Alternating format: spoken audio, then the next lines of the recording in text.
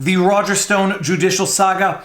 If this were a Hollywood movie, people in the audience would be sighing at how unrealistic it is.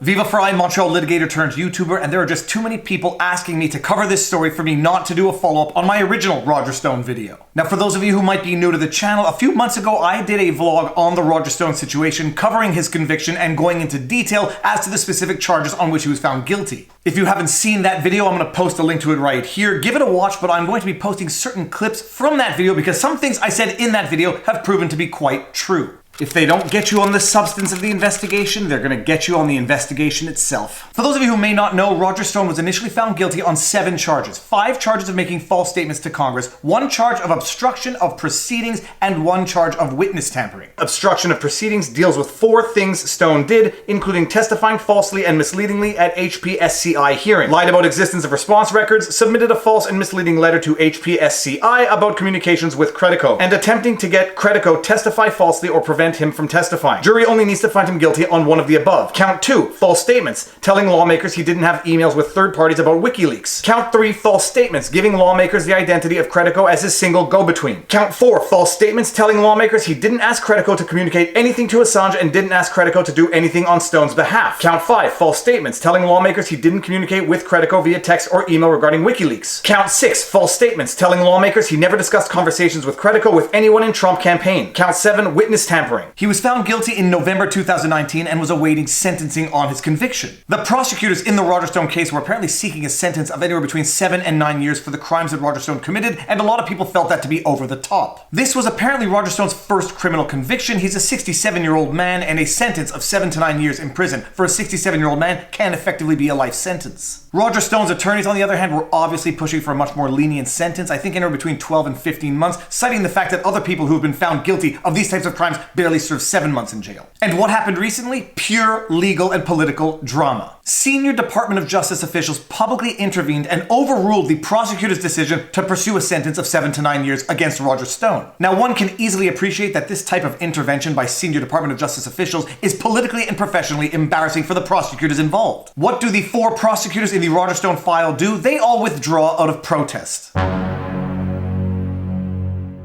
The prosecutors withdraw out of protest. This situation, which has been highly politicized from the very beginning, now becomes even more politicized, people saying the Department of Justice intervention is purely political. Politically speaking, the intervention of the Department of Justice has everybody up in arms. Pelosi is freaking out about it. Swalwell is even saying that impeachment is, quote, not off the table as a result of this. But that is par for the course as far as politics goes. What is really amazing is what happened after these 4 prosecutors withdrew from the file. After the 4 prosecutors withdraw from the Roger Stone file, one of the jurors who convicted Roger Stone goes to CNN to give an interview to the effect that she stands with the prosecutors. In so going to CNN, this juror makes her identity public, and the internet being what it is, all of the internet sleuths out there in the world immediately begin deep diving into this juror's history to see if she's got any skeletons in the closet, and surprise, surprise, she does. People quickly and easily start finding tweets from her past that illustrate, let's just call it bias to say the least. And here's the thing, it turns out that this juror was not just a juror, this juror was the forewoman on the jury. The forewoman of the jury goes to CNN to give an interview standing in solidarity with the 4 prosecutors who withdrew from the Roger Stone file after the Department of Justice publicly overruled their recommendations for 7 to 9 years in prison. And in so doing, this juror just gave the public information it never had and it was never supposed to have. Why do I say that this was information that the public never had and was never supposed to have? Well, the judge in the Roger Stone file basically issued something of a publication ban or threatened anybody who revealed the identities of the jurors with prison time. And so nobody, least of which Roger Stone's attorneys, could make the identities of the jurors public. So this public scrutiny that this juror just brought on herself by going public to CNN was not available to the general public prior to. Why would the judge issue a publication ban on the identity of the jurors? Well, you can easily imagine it is to avoid harassment, intimidation, etc. However, in issuing this publication ban, it basically deprived the public of the ability of doing its own research and due diligence on the jurors. Nobody knows who the other 8 jurors are. We only know of this one juror's identity because she made herself public by going to CNN. And in publicly identifying herself, she allowed the general public to do a due diligence on her social media footprint, and they quickly and easily found hard evidence of hard bias. Now, I'm not going to go in detail into all of her tweets, but you can have a look at a few of them right now. I'm just going to post a few.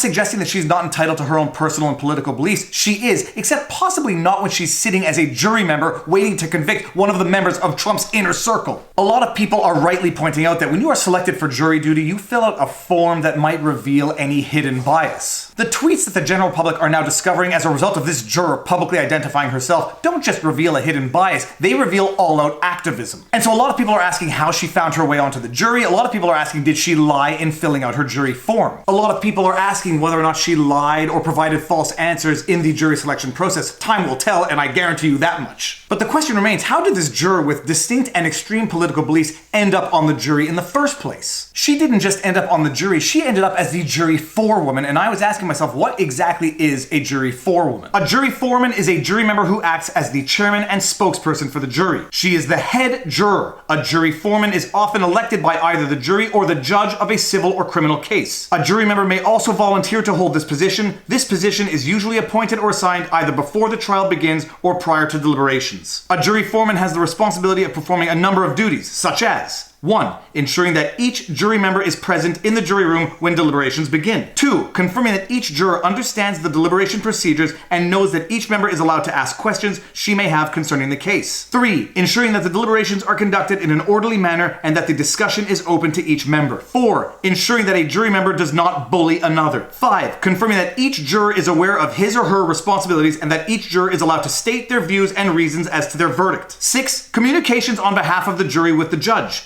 7. Announcing the verdict. Could you imagine discovering after the conviction that the jury foreman or forewoman had such distinct and extreme beliefs as relates to the accused? I don't know how many of you have seen the movie Runaway Jury, but spoiler alert, I'm going to ruin the end for you. At the end of that movie, we find out that John Cusack, one of the members of the jury, is basically an undercover activist. I'm pretty sure he provided a false name, he ended up on the jury, and he ended up being basically the most important jury member. When I was watching this movie, I said, this is so preposterous and outlandish, it basically just ruined the entire movie. And what do we have here in real life? Basically a situation that rivals Runaway Jury in its absurdity. The judge places a gag order so that nobody can know who the jury members are, so that the general public cannot perform its own due diligence. The only reason why this jury member's identity becomes public is that she voluntarily goes to CNN to do an interview to stand in solidarity with the prosecutors. And within hours, the entire world discovers information it was never intended to know. Information which, regardless of your political affiliation, has to cast some doubt on the legitimacy of this process. And to flash back to something I said in my original vlog on the Roger Stone conviction, which has come to fruition.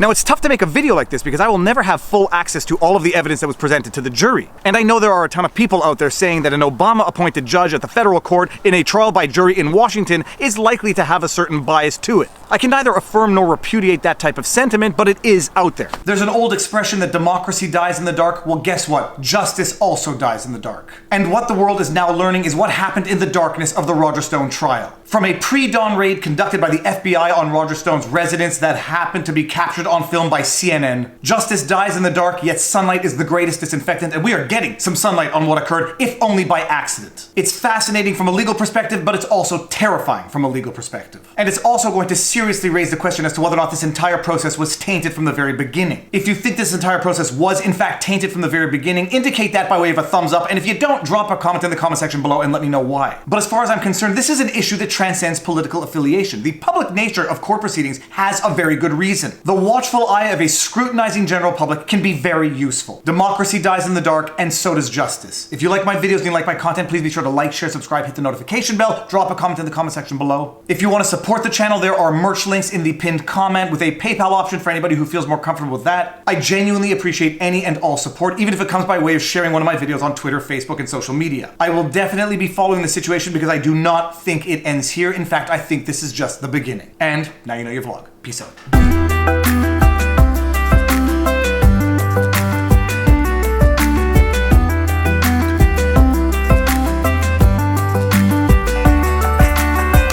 Alright, and if you're watching this video, it means I will have already done my live stream with Robert Barnes on this very subject, which might have added or detracted from your understanding of the subject. These are complicated, nuanced, fluid issues. New information comes in, it changes everybody's understanding of the situation. If you haven't seen that live stream, I'm going to link it right here. Give it a watch. It will undoubtedly be more thorough than this particular vlog. Just bear in mind that while you hear the Simpsons in the background, keeping my children occupied while I do this, I do my best as the information is available, and I do my best to keep everyone apprised of all developments. So that's it. I can hear that there's roughly like 5 minutes left of this episode. I hope you enjoyed this video, and